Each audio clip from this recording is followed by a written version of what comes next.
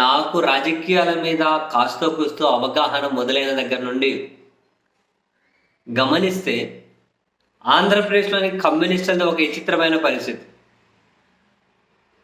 వాళ్ళకేమో చంద్రబాబు నాయుడు గారి మీద చాలా ప్రేమ ఉంటుంది, బయటకేమో తన నిర్ణయాలు వీళ్ళ సిద్ధాంతాల ప్రకారం సమర్థించలేని పరిస్థితి ఉంటుంది. ఒకవేళ ప్రతిపక్షంలో ఉన్నారనుకోండి చంద్రబాబు గారు, అప్పుడు ఇంకా ఏం మొహమాటం లేకుండా చంద్రబాబు గారికి మేలు జరిగే విధంగా చాలాసార్లు నిర్ణయాలు తీసుకుంటూ ఉంటారు. ఆ విధమైనటువంటి కార్యాచరణ సిపిఐ సిపిఎం వాళ్ళ దగ్గర నుంచి కనిపిస్తూ ఉంటుంది. జనరల్గా రెగ్యులర్గా ఉండేదే లేండి, మీరు నేను చెప్పడం కాదు. కమ్యూనిస్టు పార్టీలో పనిచేసే వాళ్ళు కూడా ఇదే మాట చెబుతారు. ఏదో జాతీయ స్థాయి నాయకత్వం ప్రెజర్ చేసింది కాబట్టి 2004లో అయినా అప్పుడు కాంగ్రెస్ పార్టీతో జాతీయ స్థాయిలో వెళ్లాల్సి వచ్చింది కాబట్టి రాష్ట్రంలో కూడా వెళ్లాల్సి వచ్చింది వాళ్ళు రాజశేఖర రెడ్డి గారి గవర్నమెంట్ తోటి, రాజశేఖర రెడ్డి గారితో. అది జాతీయ స్థాయి నిర్ణయం కాబట్టి. రాష్ట్ర స్థాయి వరకు అయితే ఏమంటారు, వాళ్ళు మాత్రం చంద్రబాబు గారి మీద చాలా అభిమానమే చూపెడుతూ ఉంటారు. కానీ ఈ 7 నెలల కాలంలో చంద్రబాబు నాయుడు గారి ప్రభుత్వం తీసుకునే నిర్ణయాలు వాళ్ళు కూడా పాపం సమర్థించలేని పరిస్థితుల్లోకి వచ్చేసాయి.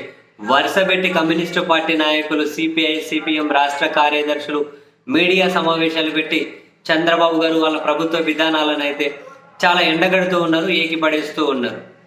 ప్రతిపక్షంలో ఉన్నప్పుడు వాళ్ళకి ఇబ్బంది లేదు, మద్దతు ఇచ్చుకుంటూ పోతారు. మనం చూసాం, జగన్ గారు పేదలకు 30 లక్షల ఇళ్ల స్థలాలు ఇచ్చినా కూడా కమ్యూనిస్టులుగా వాళ్ళు దాన్ని స్వాగతించలేకపోయారు, మద్దతు ఇవ్వలేకపోయారు. అంతమంది పేదలకు అన్ని సంక్షేమ పథకాలు ఇచ్చినా వాళ్ళు దానికి మద్దతు ఇవ్వలేకపోయారు.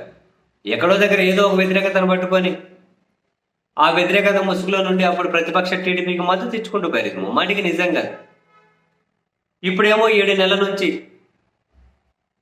ఎన్డీఏ ప్రభుత్వం వీళ్ళు చేసే పనులు వీళ్ళకేం నచ్చట్లే. అందుకని ఇంకా లోపల అసహనాన్ని కానీ బయటకు తెచ్చేసుకొని కాసింత ఆవేశానికి అసహనం తోడై చాలా గట్టిగానే విమర్శలు చేస్తూ ఉన్నారు.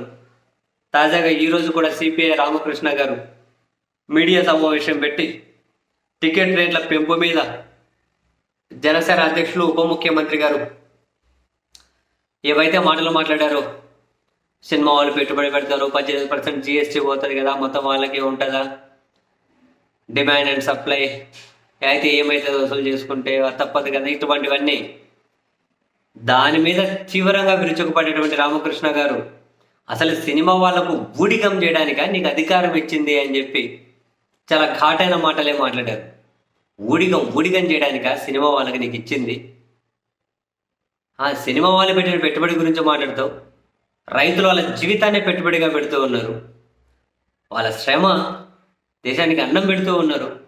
ఆ రైతులు ఢిల్లీలో పడికాపులు వేసి నానా కష్టాలు పడుతూ ఉంటే నోరు తెరిచి వాళ్ళ కష్టాలు ఏంటో అడిగి మాట్లాడే వాళ్ళు కూడా లేరు. ఇక్కడ మీ పాలనలో కనీసం గిట్టుబాటు ధరలు లేవు.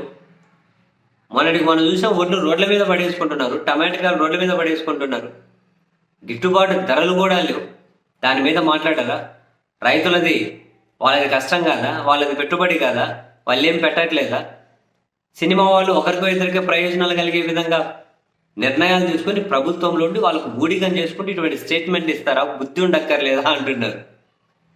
చాలా సీరియస్గా విమర్శలు చేస్తూ ఉన్నారు. ఊడిగం చేయడానికి అధికారం అని కూడా అంటూ ఉన్నారు. మొత్తం అంతా కనుక ప్రజా వ్యతిరేక విధానాలే తీసుకుంటూ వెళ్తూ ఉన్నారు అని చెప్పి